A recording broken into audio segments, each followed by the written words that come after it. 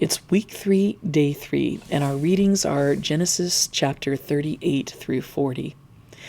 These stories, in particular the story with Judah and Tamar, bring to mind the old joke about if all your friends jumped off a bridge, would you do it too? In this case, what we find is that Israel's sons are beginning to assimilate practices of the people around them, not necessarily practices that are pleasing to God. One of those includes a practice known as the law of levirate marriage. In this instance, Tamar is married to Judah's oldest son, who dies before they have children.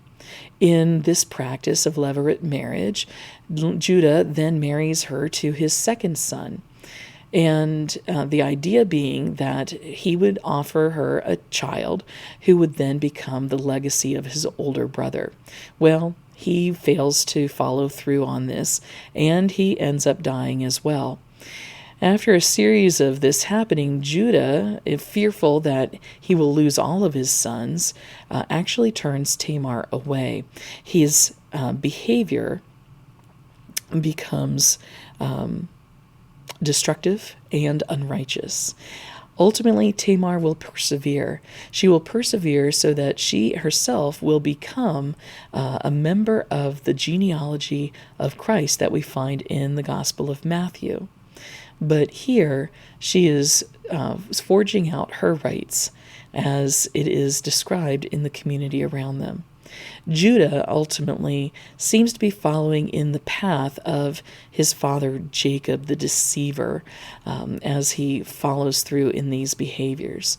But we see that in the meantime, his younger brother Joseph, now a slave in Egypt, has lived, instead of the life of deceit that was his father's legacy, he is living a life of integrity, that despite the harshness of his situations, he chooses to live and obey God's commands, honoring in those in whom he is servant, and instead of receiving the blessings that we would expect, he often encounters more hardship.